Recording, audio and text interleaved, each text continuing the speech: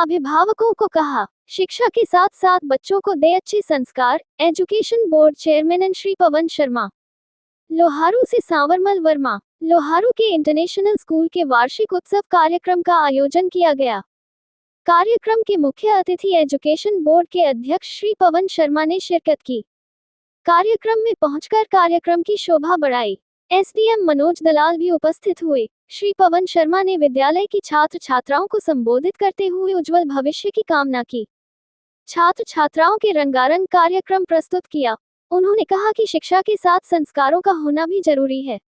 बच्चों को संस्कार परिवार से मिलते हैं, जबकि शिक्षा विद्यालय से मिलती है। उन्होंने कहा कि बच्चों को शिक्षा के साथ साथ संस्कारी होना भी जरूरी है। बच्चों को माता पिता के सम्मान और परिवार वंश मान मर्यादाओं का ध्यान होना चाहिए।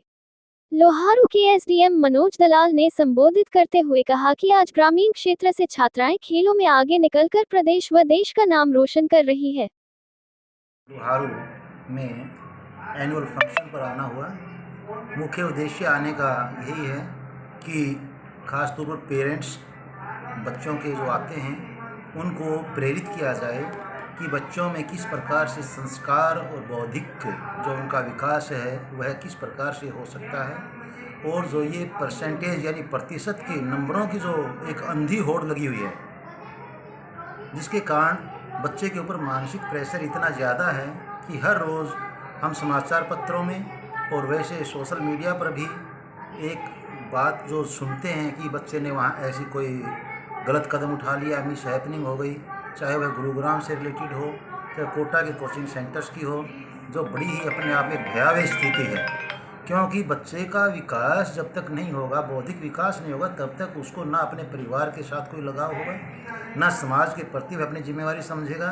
उल्टा उसके दिमाग में ऐसी एक कुंठा घर कर जाएगी कि समाज या विकास या जो परिवार है वह मेरे से अपेक्षा ही यह करता है कि मैं नंबर ज़्यादा लूँ। तो खास बात यही है कि जो नई शिक्षा नीति में भी कहा गया है कि तीसरी कक्षा तक बच्चे को मातृभाषा में ज्ञान दिया जाए ताकि उसका बौद्धिक विकास अच्छी तरह हो, उसका शारीरिक विकास अच्छी तरह हो, ताकि आगे चल के एक वो समाज में अच्छी धरोहर बने। तो यही उद्देश्य खास तौर पर मेरा सभी स्कूल्स में जाने का होता है कि पेरेंट्स को किसी प्रकार से कन्विंस किया जाए कि आमतौर पर अपने बच्चों को अच्छी शिक्षा दें, उनके ऊपर इस प्रकार का प्रेशर ज़्यादा ना डालें। इसके साथ साथ अध्यापक साथियों से इंटरेक्शन हो जाता है, कुछ अपने खुद के जो एक्सपीरियंसेस हैं वो शेयर कर लेते हैं, कुछ नई बात सीखने को मिल जाती है। इन पे अभिभावकों को क्या निर्देश दिया? मैं अभिभावकों से बार बार यही अनुरोध करना चाहूँगा कि किसी भी हालत में बच्चे के ऊपर यह प्रेशर ना डालें कि तेरे नंबर 80%, 90%, 100% क्यों नहीं आए।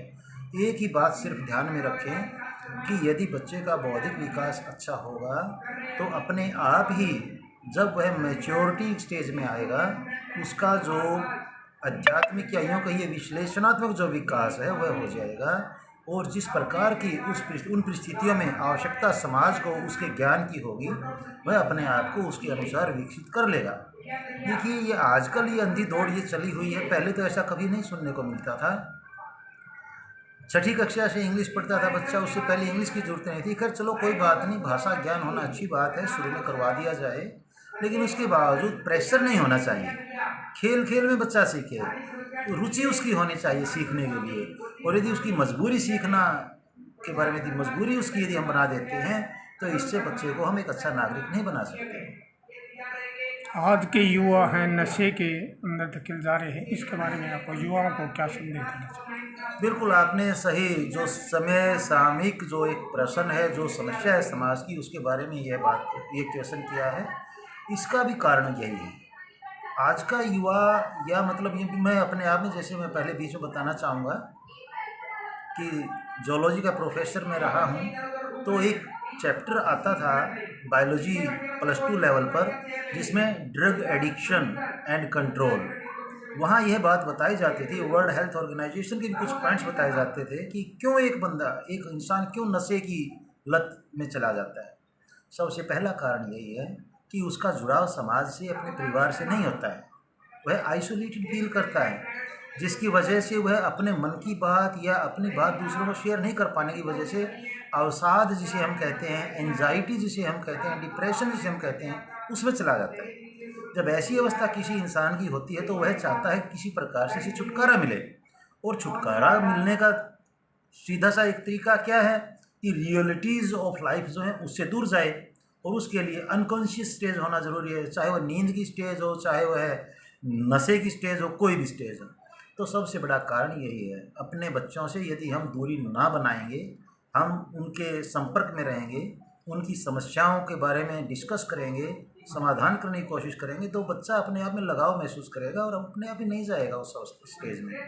यह कोई नहीं चाहता कि किसी का जीवन खराब हो, यह तो मजबूरी हो जाती है जिसकी वजह से बच्चे इस प्रकार से उस स्टेज में जा रहे हैं। इसके साथ साथ शायद ऐसा कुछ भी एक मैं इसमें जिम्मेवार मानता हूँ आज के दिन, कि जो एक सामाजिक ताना बाना था वह काफ़ी कमज़ोर हो गया है। पहले यदि अड़ोस पड़ोस का कोई बड़ा बुजुर्ग भी यदि होता था तो उसकी शर्म थी, उसका एक प्रेशर था। आजकल वह कम हो गया है, क्योंकि ये जो न्यूक्लियर फैमिलीज़, या यूँ कहिए जो इस प्रकार से आदमी ज़्यादा इंट्रोवर्ट जो हो गया है, यह भी एक उसका मैं कारण मानता हूँ। तो इसके भी विचार करने की आवश्यकता है। इस प्रकार की सामाजिक संस्थाएं होनी चाहिए जो बच्चों को, आमतौर पर युवाओं को अच्छी शिक्षा दें, उनको किसी अच्छे रचनात्मक कार्यों में लगाएं। बोर्ड रिजल्ट के बारे में